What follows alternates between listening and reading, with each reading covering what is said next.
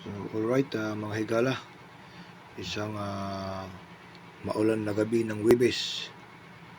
So, nandito na naman tayo sa ating gawain, yung patanggal kalawang sa ating mga ugat.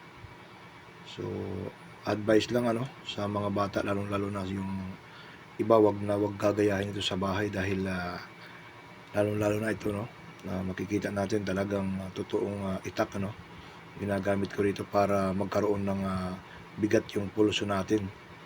So, mga bata, wag nating gagayahin ito sa bahay, kailangan na dumaan tayo sa matinding pagsasanay. So ayan mga higala, ginagawa ko bali palo at saka stabbing, saka paikot-ikot naman dito sa bandang liig, So ayan mga higala, kailangan dito mo yung natin magandang ensayo. So maraming salamat sa panonood. So hanggang dito na lang mga higala, Maraming salamat palaging pag-aantabay sa aking reels. So magandang gabi sa inyong lahat mga higala.